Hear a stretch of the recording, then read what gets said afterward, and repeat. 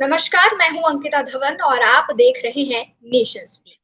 कैसे आपकी एक गलती आपको बर्बाद कर सकती है, यानी कि आपके सालों को मेहनत को चुटकियों में बर्बाद कर सकती है, इसका पता भी नहीं चलता है। और यही सब कुछ नरेश गोयल के साथ भी देखने को मिला है, यानी कि जेट एयरवेज के को फाउंडर के साथ देखने को मिला है। और कुछ दिनों पहले ये खबर भी आई थी, यानी कि पिछले हफ्ते ये खबर भी सामने आई थी कि उनके ऊपर ईडी ने रेड मारी थी, जिस पर 538 करोड़ के धोखाधड़ी के मामले में उन्हें गिरफ्तार भी कर लिया गया था। पहले एक बड़ा नाम हुआ करता था, लेकिन धीरे धीरे जैसे उनकी गलतियां बढ़ती गई, उनका घमंड काफी ज्यादा बढ़ता गया, तो अब वो बर्बाद होते हुए ही नजर आ रहे हैं।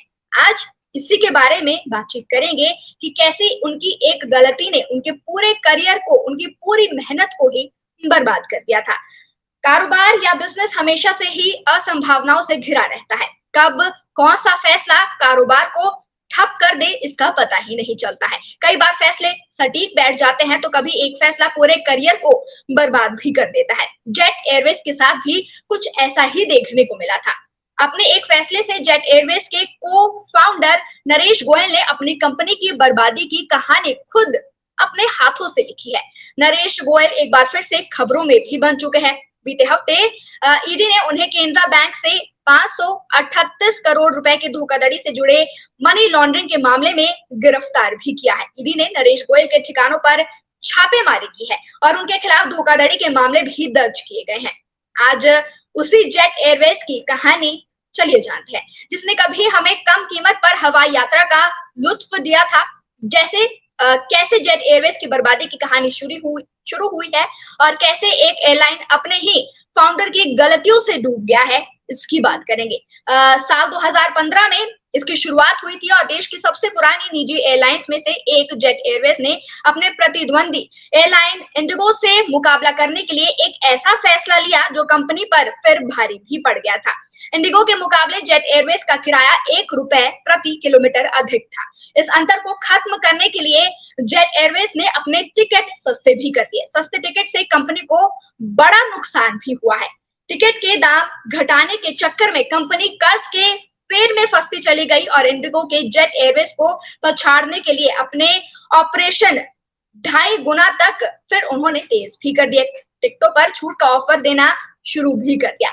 जेट एयरवेज का कर्ज जो है इतना ज्यादा बढ़ चुका था, यानी कि कर्ज के बोझ के तले वो इतना ज्यादा डूब चुका था कि कंपनी किस्तें नहीं चुका पा रही थी। हालत ऐसी भी हो चुकी थी कि उन्होंने अपने पायलट्स और जितने भी कर्मचारी जो थे, उन्हें सैलरी ही नहीं दी थी, यानी कि उनके पास इतने पैसे ही नहीं थे कि वो सैलरी तक अपने कर्मचारियों को दे पाए। सैलरी में देने के बाद एयरलाइन के स्टाफ ने हड़ताल की धमकी देना भी फिर शुरू कर दिया था। बिना पायलट और कर्मचारियों के फ्लाइट्स रद्द होने लगे। जेट एयरवेज के विमान हवाई अड्डे पर खड़े रह गए। स्थिति उस वक्त और बिगड़ने लगी जब उन्हें यात्रियों के टिकट बुकिंग के पैसे भी फिर वापस करने पड़े थे।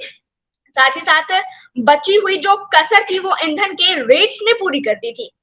सितंबर 2017 की ये बात है कि ईंधन की कीमतें अचानक से काफी ज्यादा बढ़ने लगी थी। हालांकि इसका असर पूरी एविएशन इंडस्ट्री पर पड़ा, लेकिन जेट एयरवेज के लिए यह स्थिति गंभीर इसलिए हो गई क्योंकि कर्ज के साथ साथ उस पर खर्च का बोझ काफी ज्यादा बढ़ता भी जा रहा था। 25 सालों तक एयरलाइन के ऑपरेशन में सफलतापूर्वक काम करने के बाद 2019 से कंपनी कर्ज में डूबती चली गई। अप्रैल 2019 में वित्तीय कारणों से कंपनी को फिर बंद भी करना पड़ा। कंपनी को फिर से उड़ान भरने के लिए फरवरी 2022 तक का समय भी दिया गया था और कंपनी को एयर ऑपरेटर सर्टिफिकेट भी मिला था, लेकिन कंपनी ने परिचालन शुरू नहीं किया। एक दौर था जब कम कीमत पर फ्लाइट टिकट ऑफर करने वाली जेट एयरवेज इतनी फेमस हो गई थी कि बाकी एयरलाइन को खतरा महसूस होने लगा था। नरेश गोयल ने सिर्फ एक गलती नहीं की, बल्कि कई गलतियां की है और ये इन्हीं गलतियों का खामियाजा वो आज तक भी भुगत रही हैं। उन्होंने जिन लोगों को हायर किया था वो उन पर भी कभी भी भरोसा नहीं करते थे। एक घमंड उनके अंदर था कि जो वो फैसला लेते हैं, जो भी वो कहते हैं, वो हमेशा से सच होता है और उसका फायदा देखने को भी मिलता है। एक घमंड उनमें देखने को मिला था और वो हमेशा से ये कहते थे कि उनके मुंह से निकली हर बात सही होती है और इसी अहंकार ने उन्हें बर्बाद भी कर दिया है। कुछ दिनों पहले सुर्खियों में भी वो बने कि ईडी की तरफ से रेड की गई, जिसमें 538 करोड़ के जो है मनी लॉन्ड्रिंग केस में उन्हें गिरफ्तार भी कर लिया गया है। अब और क्या क्या नए बड़े अपडेट्स आएंगे, नेशन स्पीक्स आप तक जरूर पहुंच जाएगा। नेशन स्पीक्स के यूट्यूब चैनल को लाइक, शेयर, सब्सक्राइब करना बिल्कुल भी ना भूलिए।